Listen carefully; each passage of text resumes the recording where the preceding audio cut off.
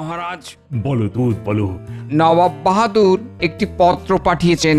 আমাকে বলেছেন এই পত্র আপনাকে দিতে এবং আপনাকে এক্ষুনি তার উত্তর দিতে হবে, আর সেই উত্তর নিয়ে আমাকে এক্ষুনি যেতে হবে। বেশ বেশ, তোমার পত্র মন্ত্রীকে দাও।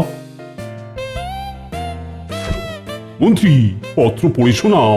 কল্যাণী সুখ কৃষ্ণচন্দ্র, আশা করছি তোমার পূজারা বেশ মহা আনন্দেই আছে, আর তারা তোমাকে মন প্রাণ দিয়ে খাজনাও দিয়েছে। তোমাকে যে কারণে এই পত্র পাঠিয়েছি সেটি হচ্ছে আগামী 14ই পৌষ অর্থাৎ ইংরেজদের বর্ষ শেষের দিন বড়লাট আমাকে একটি অনুষ্ঠান করিয়া একটি ট্যাঁক ঘড়ি উপঢৌকন দেবেন। ট্যাঁক ঘড়ি? আহা গোপাল, ওটি হচ্ছে সময় দেখবার যন্ত্র।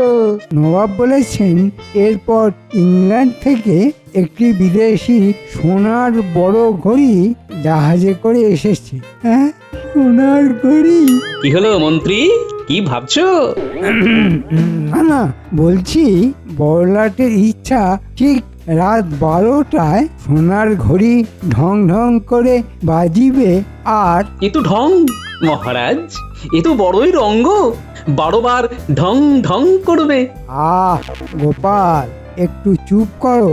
হ্যাঁ, যা বলছিলাম, সোনার ঘড়ি ঢং ঢং করে বাজিবে আর বড়লাট কেক নামক একটি মিষ্টান্ন কাটিয়া নতুন বর্ষ উদযাপন করিবে। তারপর বল নামক এক প্রকার নৃত্য করিবেন। হ্যাঁ, বল নাচ? সে আবার কি? এ কি আমাদের উপর বলপ্রয়োগ করা হবে নাকি? তোমাকে কি আমন্ত্রণ করা হয়েছে গোপাল?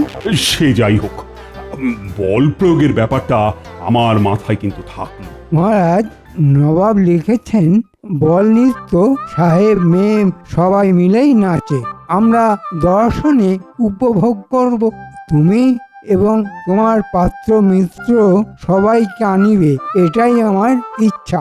আমিও বড়লাটকে দেখাতে চাই আরে ঘরে আমরাও কিছু কম যাই না। এবং কি? গোপালকে অবশ্যই আনিবে। মহারাজ, মনে হচ্ছে নবাব বাহাদুর গোপালকে দিয়ে বল নৃত্য করাবে। পরিশেষে জানাই, এই বৎসরের পূর্ণ খাজনা আমার কাছে এখনো এসে পৌঁছায়নি। নবাব ঘুরে ফিরে সেই খাজনাতে এসেই আটকে যাচ্ছেন মহারাজ।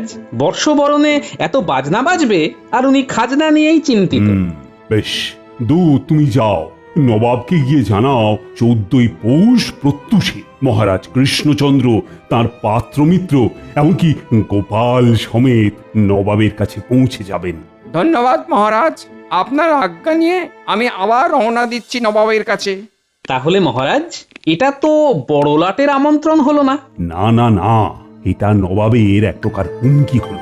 আমরা কিন্তু নবাবকে জানিয়েছিলাম যে হেমন্তে অসময়ে বৃষ্টির জন্য প্রজাদের অনেক ফসল নষ্ট হয়ে গেছে। কিন্তু উনি বলেছিলেন বৃষ্টির সময় বৃষ্টি হবে। এ আর আশ্চর্য কি? অর্থাৎ নবান্নের পূর্বে ভারী বৃষ্টি চাষিদের কিরকম ক্ষতি করে সেটি নবাব জানেন না। উনি সময়ের দোহাই দিচ্ছেন। কি বলতে চাইছো গোপাল? এটাই বলতে চাইছি যে নবাবের এই সময় জ্ঞানের অভাব ইংরেজরা বিলক্ষণ ধরতে পেরেছে, আর তাই তারা নবাবকে ওই ট্যাঁক ঘড়ি দিচ্ছেন। তোমারও কি ওই রকম ট্যাঁক ঘড়ির শখ জেগেছে নাকি গোপাল? আমার কি শখের শেষ আছে? সোনার ঘড়ি? হ্যাঁ, না, এটাকে কিভাবে কবজায় করা যায় ভাবি। ও, তার মানে তুমি এখন চললে?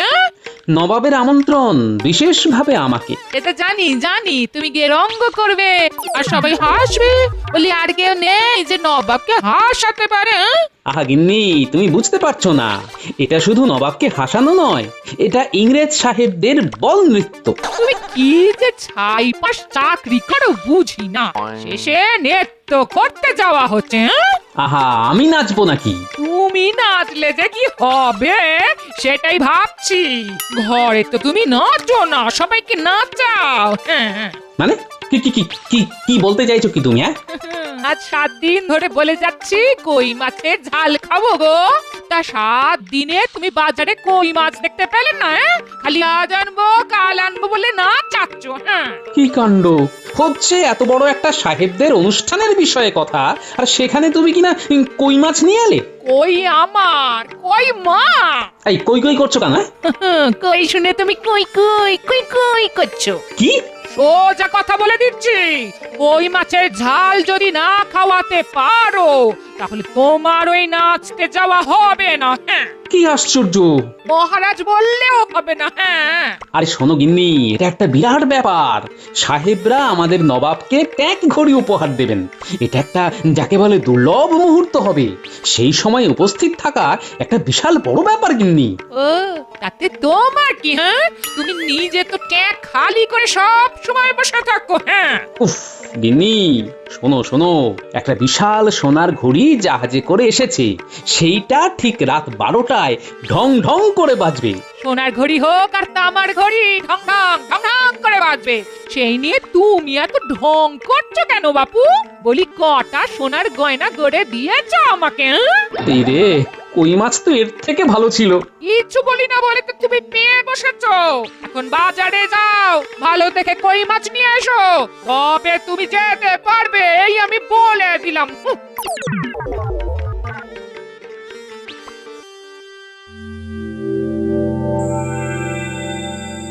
সোনার ঘড়ি, হ্যাঁ, তা সোনার ঘড়িতে কতটা সোনা থাকে? খাঁটি বিদেশি সোনা। একবার হাতাতে পারলে সারা জীবন পায়ের ওপর পা তুলে তুমি নিজের মনে বিড়বিড় করছো কেন আর হাসছো? বুঝলে গেনে, খুব ভালো সময় আসছে। কি চাও তুমি? কত সোনার গয়না চাও? সব পাবে, সব পাবে। সে তো না হয় বুঝলাম, কিন্তু তুমি এত সোনা পাবে কোথা থেকে? গেনে, সব কিছু তোমার না জানলেও চলবে, তবে এটুকু জেনে রাখো, খুব শিগগিরই দিন বদল হবে। এমনকি আমি রাজা। কি বলছো তুমি? আমি তোমার কথার কোনো মানে বুঝতে পারছি না। দেখো, তুমি কিছু মতলব করছো না তো? আমাদের যেন কোনো বিপদ না হয়। কি বলছো তুমি? আমাদের কোন বিপদ? কিচ্ছু নেই। যা হবে সেটা আমাদের খুব ভালোই হবে। না, আমাকে এক্ষুনি একবার যেতে হচ্ছে। সে কি? অনেক রাত হয়ে গেছে তো। গিন্নি, যদি সূর্যের মুখ তাড়াতাড়ি দেখতে চাও তাহলে রাত থাকতেই বেরোতে হবে বই কি। আর এই কাজ আমার রাতের কাজ, সব কাজ দিনে হয় না।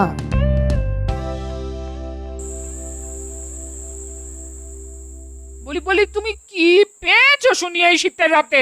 তোরঙ্গতে কি ভরছো? হ্যাঁ, এই দেখো, আরে আমি কদিন থাকবো তার তো কোনো ঠিক নেই।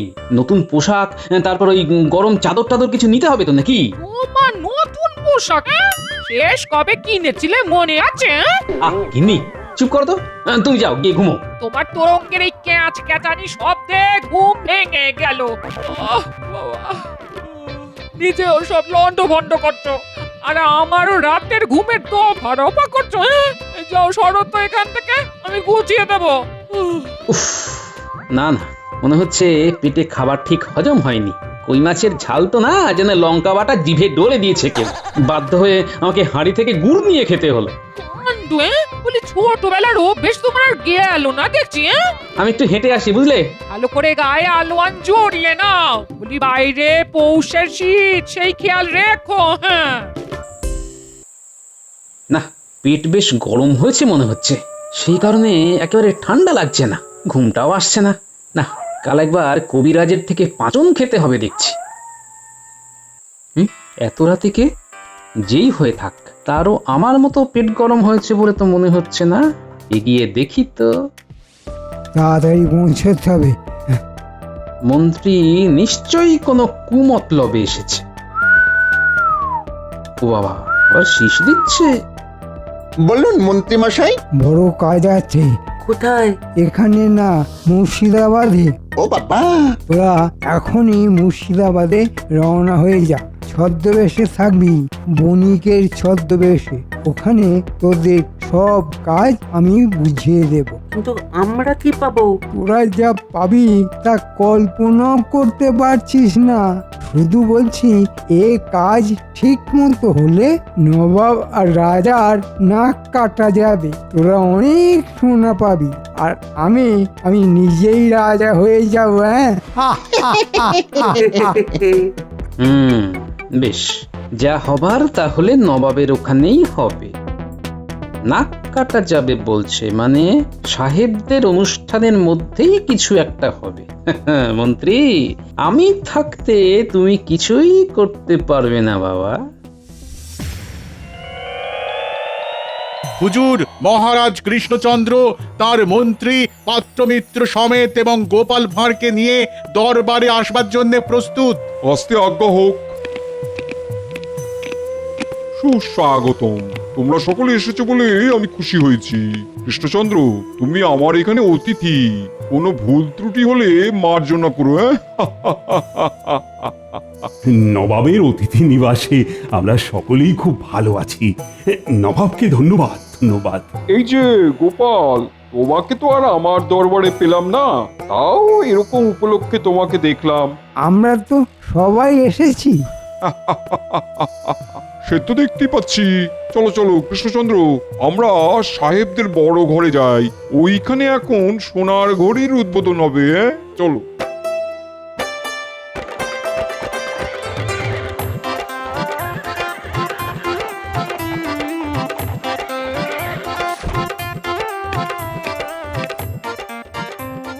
এই বিশাল গম্বুজ কি সাহেবরাই বানিয়েছে?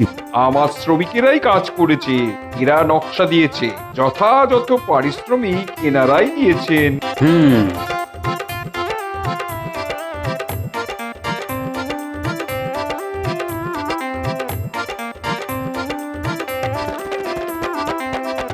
তোমরা আসাতে আমি খুব খুশি হইয়াছি। আমরাও খুশি। উদ্বোধন পর্ব যত তাড়াতাড়ি করা যায় ততই ভালো। আমরাও তোমাদের ঘড়ি দেখতে ভীষণ উৎসাহী। নিশ্চয়ই। পরিচয় করাই, কৃষ্ণনগরের মহারাজ কৃষ্ণচন্দ্র, তার সহযোগী এরা সবাই। কিন্তু একে চিনে রাখুন, এ হলো গিয়ে গোপাল ভাঁড়। ও বেশ, কৃষ্ণচন্দ্র, আমি বড়ই খুশি হলাম তুমি আসাতে। গোপাল বাবু, তোমাদের স্বাগতম। ইয়ে মানে ওই গ্যাপালটা কি? Gopal Gopal Gopal is funny, Gopal is funny.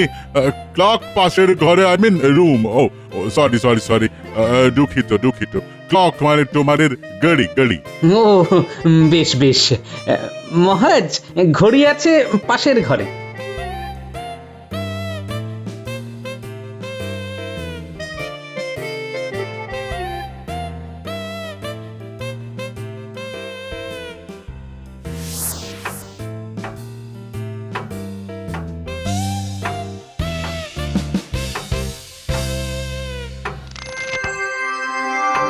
চমৎকার, অপূর্ব অপূর্ব। অসাধারণ। লাজবাব! আজ রাতেই এই ঘড়িতে 12টা বাজবার আগেই ঘড়ির 12টা বেজে যাবে। আজ সন্ধ্যা থেকে আমাদের উৎসব চলিবে। রাত 12টা বাজিলে এই গড়ি জানাবে, আর তখন কেক কাটা হইবে। মহারাজ, নবাব বাহাদুর, এটা খুব সুন্দর জায়গা। আপনারা সবাই যান, আমি একটু বেড়ানোর অনুমতি চাইছি। বেশ বেশ বেশ, তুমি যাও, ঘুরে দেখো।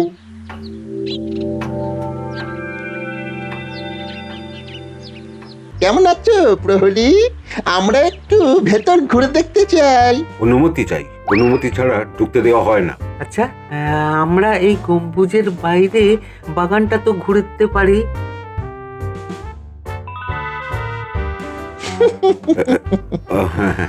যাও যাও যাও, জলদি জলদি ঘুরে নাও, বিকালের মধ্যে সব চলে আসবে। যাও যাও।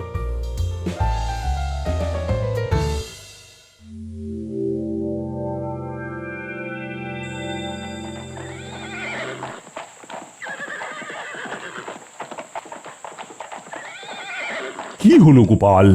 মহারাজ, নবাব বাহাদুর, আপনারা ভিতরে যান, আমি আসছি। ঠিক আছে ঠিক আছে, তুমি কিন্তু বড্ড ছটফটে হয়ে গেছো গোপাল। গোপাল শয়তানটা কিছু আন্দাজ করেছে কিনা কি জানে।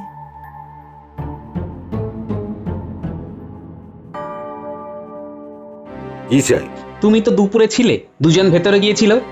না, এইরকম কিছু তো ঘটেনি। তুমি মোহর নিয়ে মানে ঘুষ খেয়ে দুজনকে ভিতরে ঢুকিয়েছো। নবাব জানতে পারলে কিন্তু তোমার গর্দান যাবে।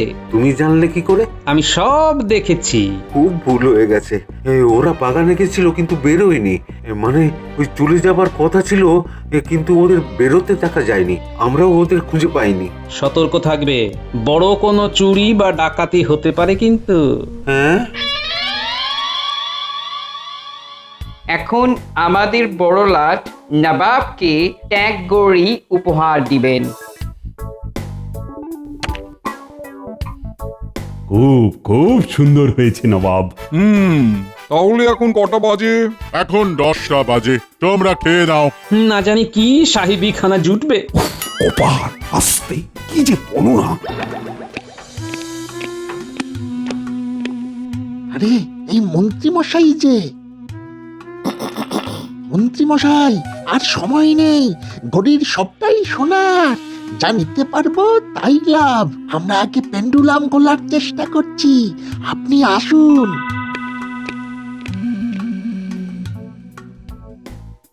সবাই শুনবেন, ঠিক রাত 12টার সময় ঘড়ি ঢং ঢং করে, তখন সবাই চিৎকার করিয়া বলিবেন, happy new year. Happy new year. ঠিক আছে, এতে ওই নতুন বছর শুরু হবে, তাই তো? হ্যাঁ, আচ্ছা কৃষ্ণচন্দ্র, গোপাল কই? আমার মনে হচ্ছে গোপাল নাচ করবার ভয়ে পালিয়েছে। মন্ত্রী, আমি তোমার রাজাকে প্রশ্ন করছি, তুমি বেশি বাচাল হইও না, কপালে অনেক দুঃখ আছে কিন্তু। মন্ত্রী তুমি চুপ করো। যথা আজ্ঞা মহারাজ।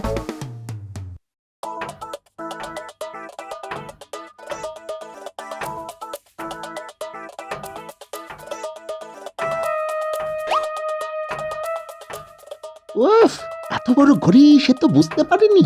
তুই যেই ডান্ডা ঝুলছে ওটা ধরে কাঁটায় পৌঁছা। এই রে, এই আমি তো দুলেই যাচ্ছি। কোনো রকমে ওঠ, কাঁটা দুটো খোল আগে। আরে আমি একা কি করে পারবো? উফ, দাঁড়া দাঁড়া, মন্ত্রী যে কি কাজ দিল।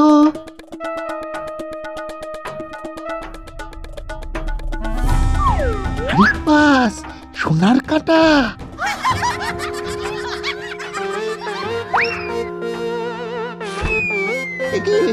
মই কোথায় সরে যাচ্ছে রে? তো গড়িয়ে যাচ্ছে রে, তলায় চাকা লাগানো যে। কি গোপাল? ঢং ঢং করে ঘড়ি বাজু, মই আজ তোমাদের কপালে জুটছে না।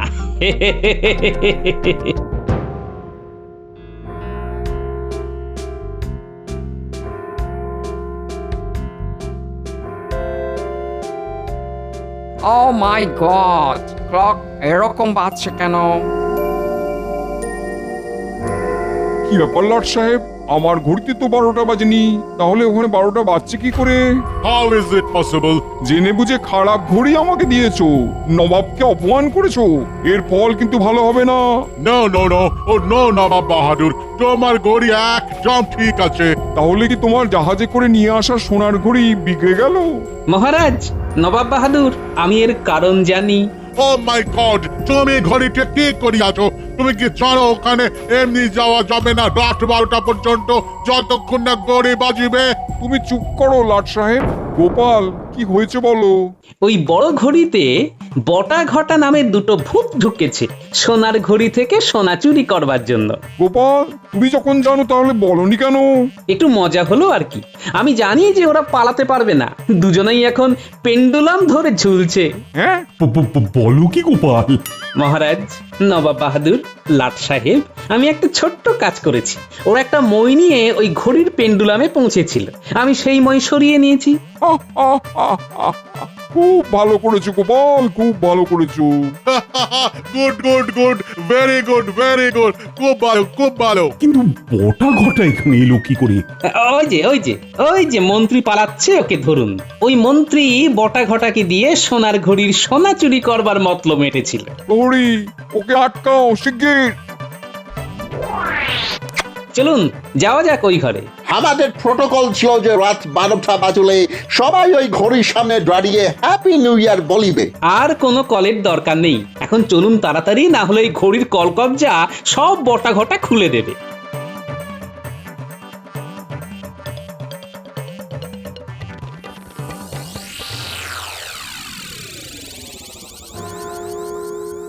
মাই গড!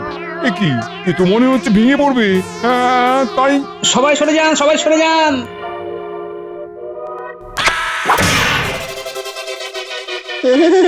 ও বাবা গো, ওরে বাবা! নবাব, নবাব, আমার মন্ত্রী আমার মান সম্মান নষ্ট করে দিয়েছে। আপনি আপনি আমার মন্ত্রীকে যে কোনো রকম শাস্তি দিতে পারেন। আমিও এখানে আমন্ত্রিত, তাও বড়লাট কি বলে শুনি। আমি কি বলিব, আমরা আমরা সবাই মিলে গোপালকে পুরস্কার দেব।